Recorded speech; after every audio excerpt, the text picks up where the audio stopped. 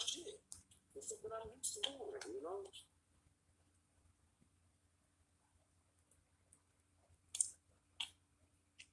Yeah, man.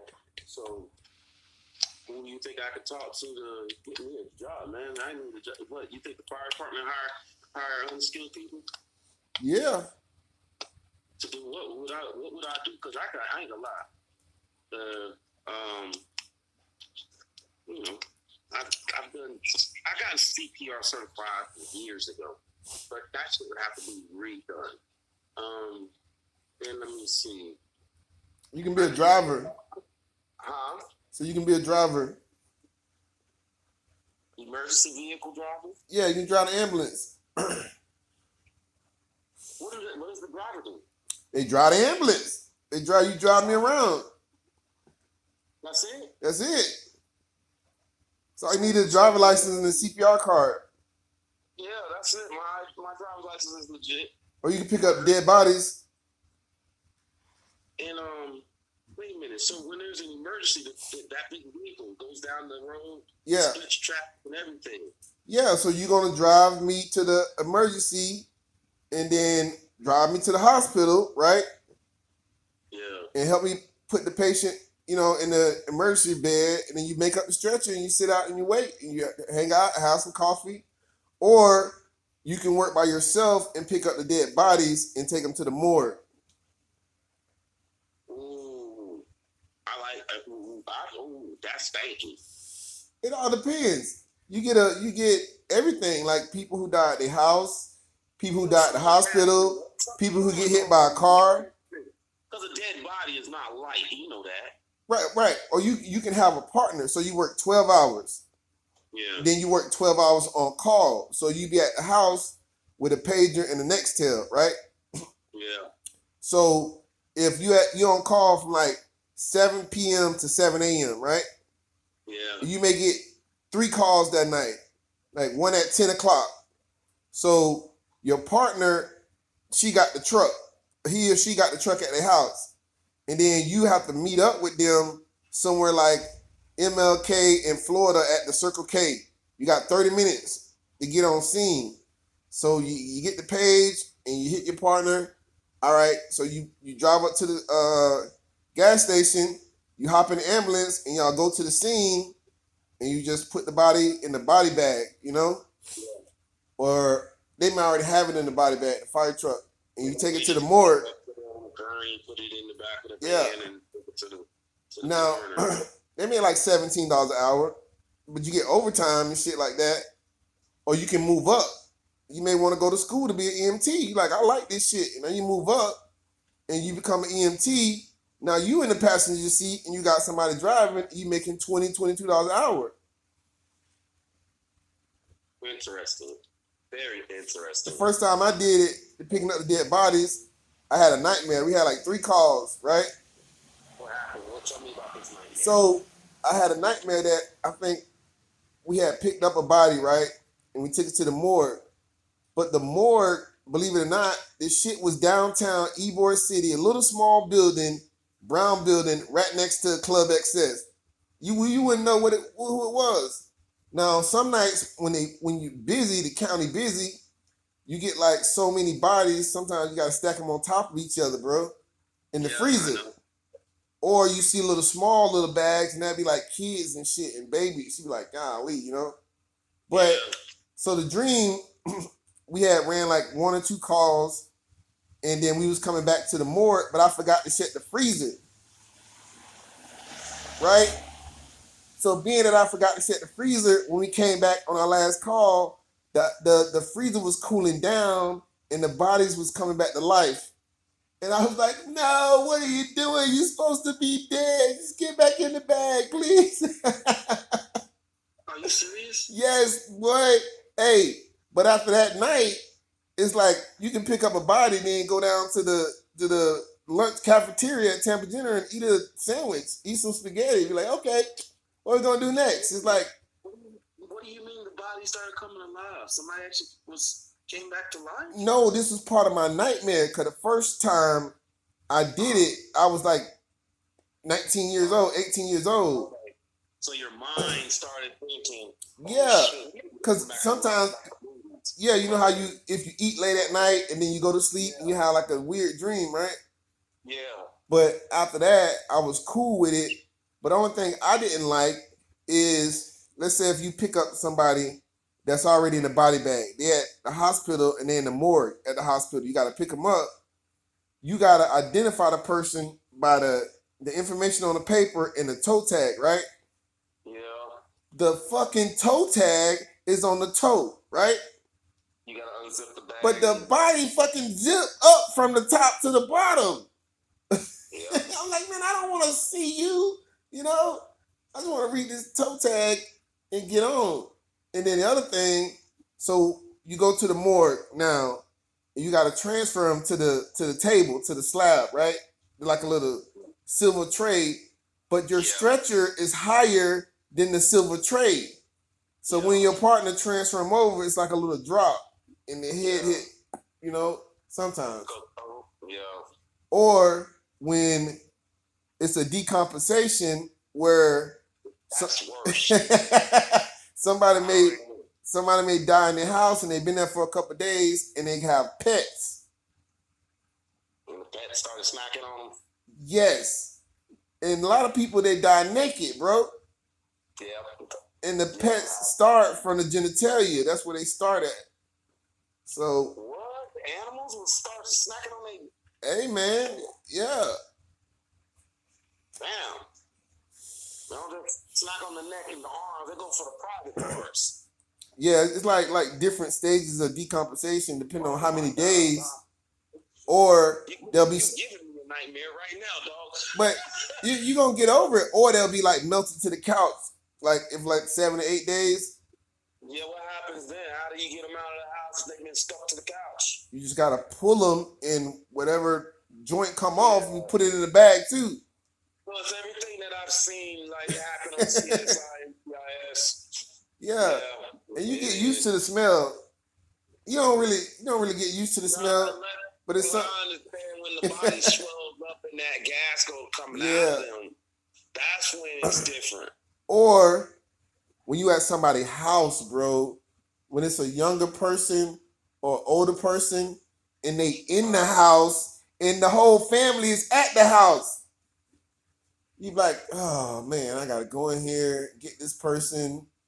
People gonna be crying, or they want to fight, or they want to chase the ambulance. I'm like, oh my goodness. That's happened to you? Hey, bro, the Hillsborough County really looks like a ghost town because there's a story on every. You gotta come get the body. It's emotions, man. It's like the stages of grief, bro. And it's like there's Hillsborough County is like a lot of times some people ask firefighters, right? They're like, hey, what's the craziest call you ever seen? I'm like, bro, I've been working since 2003. Like, we don't like to glorify that stuff, but of course we don't like kids or older people getting hurt, or But we done seen everything, bro. But we don't think about it till someone asks us, and then when we tell them a story, then all of a sudden we got another story that topped that story, and this story that topped that story. We had a guy on 301 in Adamo, right? Yeah. 4:00 in the morning, riding a motorcycle, about 200 miles an hour. And he missed the turn, on 301, and he hit the curb and landed in the parking lot of a gas station. But his motorcycle caught on fire, and he was right next to the motorcycle.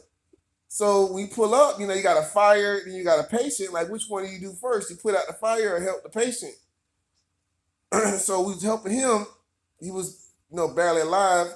We got to cut his clothes off. This dude, this Caucasian dude, he had a picture of a giant dick on his back that was drawn in permanent marker. So we guessing that he was at the bar somewhere and he got drunk, so drunk he passed out that his friends drew a giant dick on his back. Okay. But they still let this man get on a motorcycle and drive, and now his brains is just halfway out of his head. Yeah. He only lasted like a couple of days in the hospital. Or you just get some weird stuff like there was a guy on Father's Day, bro. He had mental problems, and I think he got into it with his daughter, and went in the house. Next thing you know, he shot himself in the head, bro, on Father's Day. Shit, It just go on and on and on. And I tell people, okay, what do you like? You like blood and guts? You like kids, or you like fire stuff? You know what I'm saying? Some of everything. And I know that one was one of the craziest one, right? yeah. We had this guy, he was in cardiac arrest, right? And I was really young then. I was like 19, 20. So he's in cardiac arrest, and we trying to save him. It's 2, 3 o'clock in the morning. Da da da. Da. I'm like, man, this guy he looked like a famous person on TV, but he wasn't. And we working on him, and we get him in the ambulance, and the ambulance was taking him away, and I'm on a fire truck, and the young lady, he was naked, you know? So obviously it was intimate, right? He had a heart attack or something, right? And the young lady came up to us while we was packing up, and she was like, is he gonna survive? And we was like, I don't know, ma'am. It's not looking too good. And she was like, oh my gosh, someone should notify his wife. Oh. No. And a couple days later, bro, I seen him on the front of the newspaper. I'm like, it's that dude. I'm like, oh my, hey, you know. I think everybody got their interests and exits, you know. After a while on this job, you start to look at life a little bit different. And a lot of people live in this type of job, you know, we got the highest divorce and suicide rates. So we kind of live on the edge because we look at life differently, you know. You do. Okay. I could put it this way. Let's just say, for instance, you're no longer a married man, and you say, Joe, I'm not doing it no more. I'm gonna tell you, I understand why. It wouldn't be so much about your relationship. It's more about what you're seeing in this world. Yeah. You're more connected to this.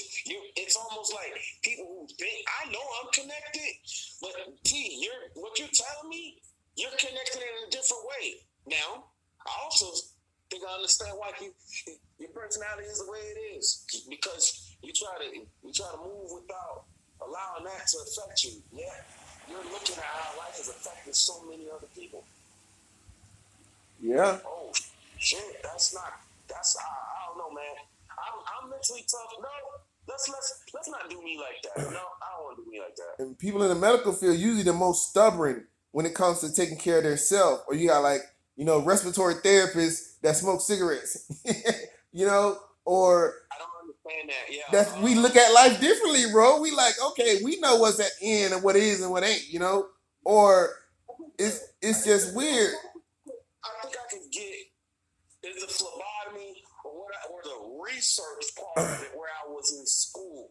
Okay, let's say there is a dead body, it's unclaimed. The research lab needs that one. Do y'all? So the research lab, we get a body. We're gonna do skin tissue of the arm and the hand, and then another university comes and picks this stuff up.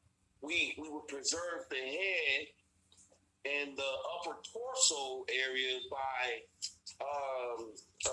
for instance, we prepare these things like we would do like an autopsy, look inside, we would look at body parts. Yeah. So we would, sit like that, man, and where a university somewhere else is going. So there was these freezers, cold box tables, all that shit. So then that way, when you're done with the work, you had to put it up and keep it cool. It had to be stored a certain way, certain temperatures, and then a university pays this lab that I work at for this research and then they come pick it up. Yeah. We just prepare them, and then scientists from all kind of places come and pick that shit up.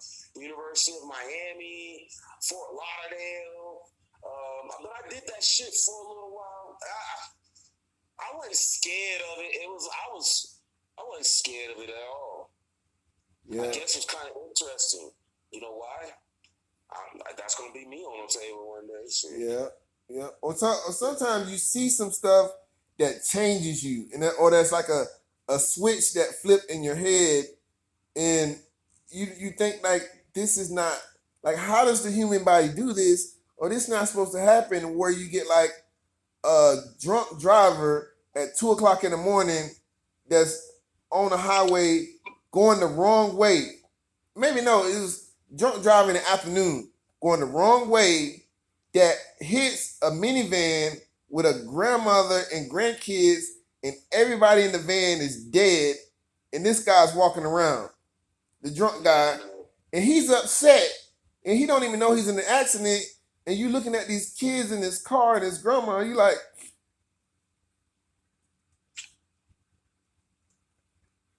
and you like, bro, that's not supposed to happen.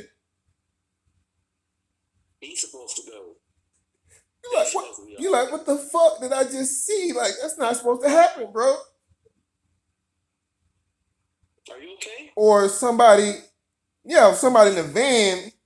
No, or sometimes I ride my friends. I'm like, hey man, put on your seatbelt. They're like, man, I ain't putting on my seatbelt. I'm putting on a seatbelt. But you never know. Or you get on a scene where there's like a van that's flipped over in the middle of the interstate, and it's like 5 kids laying on the ground. That's fucked up. That's fucked up, man. Man, that's fucked up. Or you hear the story about the girl, the family, the mom, the dad,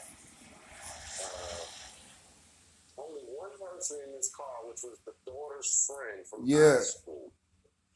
The dad, like, why the fuck the mom and the dad couldn't figure, he thought he was going to beat this train.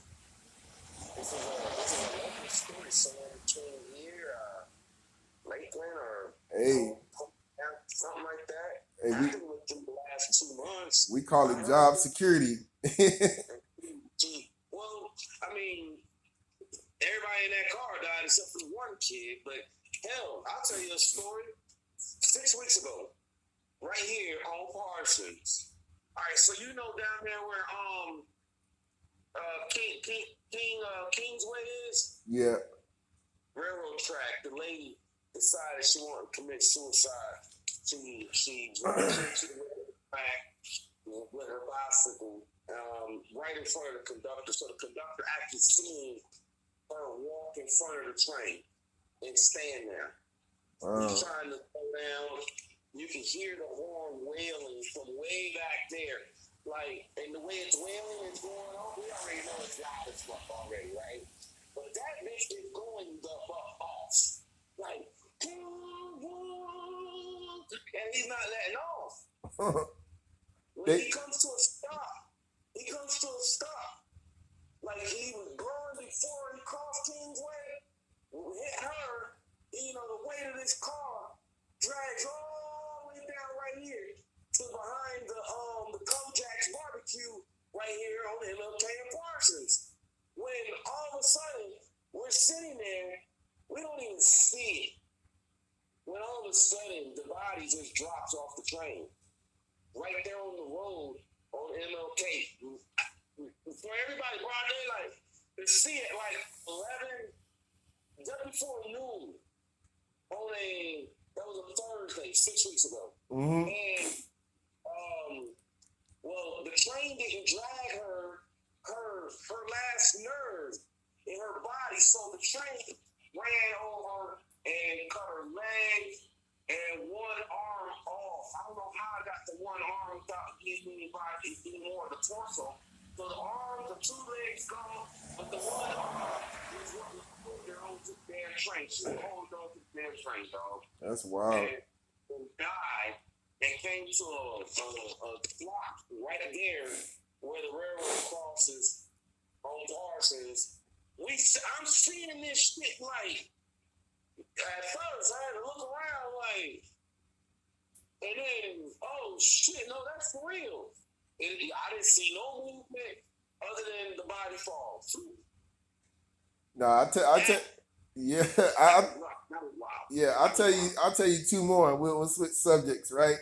This similar to that, like you said, people in the vehicle, and this couple, it was 3 people in like a Honda Civic something, the 2-door, and Bro, they was coming from a funeral. They was coming from a funeral.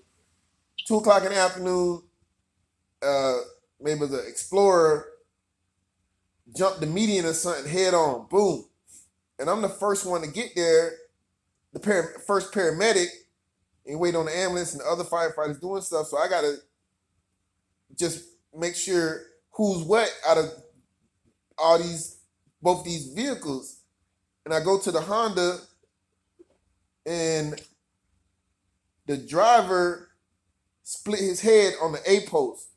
It's like an indentation on his head, right in the middle of his forehead. And he's dead, right? Yeah. The guy in the back seat, he's dead. And the guy in the passenger seat, he's alive, and I got to go check on the other people, and more help start to come, and I'm going back trying to get the guy out the car in the Honda. He's like, I think it's his brother. He's like, what's going on with my brother? How's my brother? And this and that. And he kept asking, and I'm like, well, we got to get you in there. We got to get you in the ambulance, get you in the ambulance. And like, we finally got him in the ambulance. He kept asking, like, hey, how's my brother? This and that. I said, he's dead. Sometimes you got to tell them that, just be like blunt. Yeah. So we can get going, roll to the hospital or whatnot. Because we kind of look at or see stuff differently. And like I said, we got the highest, firefighters and cops got the highest divorce and suicide rate. One of my good friends shot himself, bro, on Facebook while he was on Facebook in front of his wife and kids. And he was talking about this stuff. And I'm like, hey, I think he's kind of serious. Maybe we need to get someone to go and check on him, because it wasn't live, but he was posting. He like, man, I love my more than my life itself and this and that. And he's from the military, probably prior PSTSD, and he shot himself in front of his wife and kids, bro. But this is the lighter story.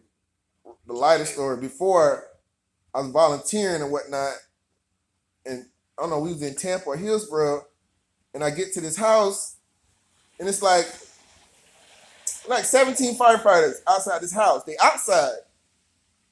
I'm like, why are these people outside? I'm young, and my captain come out. He's like, oh man, you're not gonna believe this. You need to go inside there.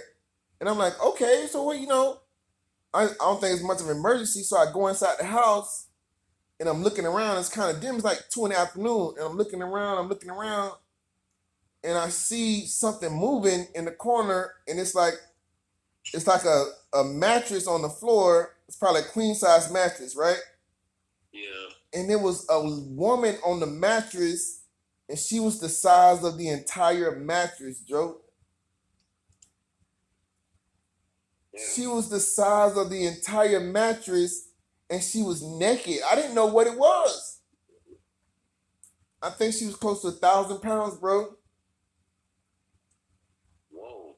So I think she was having trouble breathing or something like that. And she was beautiful too. Beautiful brown skin lady, probably 25 years old, bro. I was like, what in the hell? 1,000 pounds? Close to, bro. This nigga get better. So now we got 15 firefighters. I think we had to cut the door down a little bit, but she couldn't fit in the ambulance, right?